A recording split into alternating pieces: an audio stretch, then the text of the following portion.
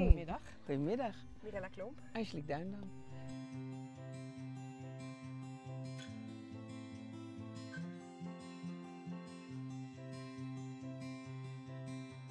Jij bent voorzitter van Kitty Kotti Zeeland. Ja, al sinds 2017. We willen de kennis over het slavernijverleden voor Zeeland eigenlijk heel internationaal, nationaal en internationaal op de voorgrond trekken. Wij zijn lopende monumenten. De donkere mensen die je ziet zijn eigenlijk de lopende statements van dit verleden. En ik zeg ook altijd, we hebben geen gedeeld verleden, wel een gezamenlijk verleden, omdat we een gezamenlijke tijdlijn delen. Ja. En in die gezamenlijkheid moeten we elkaar beter leren kennen. Om het samen te kunnen loslaten moet je het eerst samen beetpakken. Ja.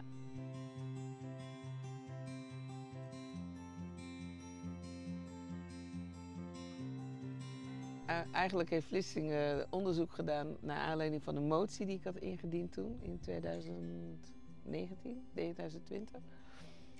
En toen kwam het onderzoek en toen bleek dus dat de rol van Vlissingen zoveel groter was dan ze zelf hadden verwacht. Wij waren in feite 30 jaar lang de hoofdstad van de slavenhandel.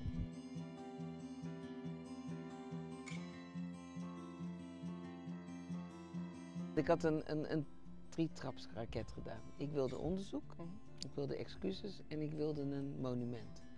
En ik dacht, nou, als ik moet wachten totdat de aanbesteding, de dingen van het monument, dan ben ik ook weer 50 jaar verder. Dus ik heb eigenlijk zelf samen met Suis Hoenderop en de groep Kitty Kotti Zeeland groep een monument ontwikkeld. Het staat nu in het museum in Vlissingen. En die hebben we in de nacht van 29 op 30 juni geplaatst op de boulevard in Vlissingen. Stiekem. Stiekem.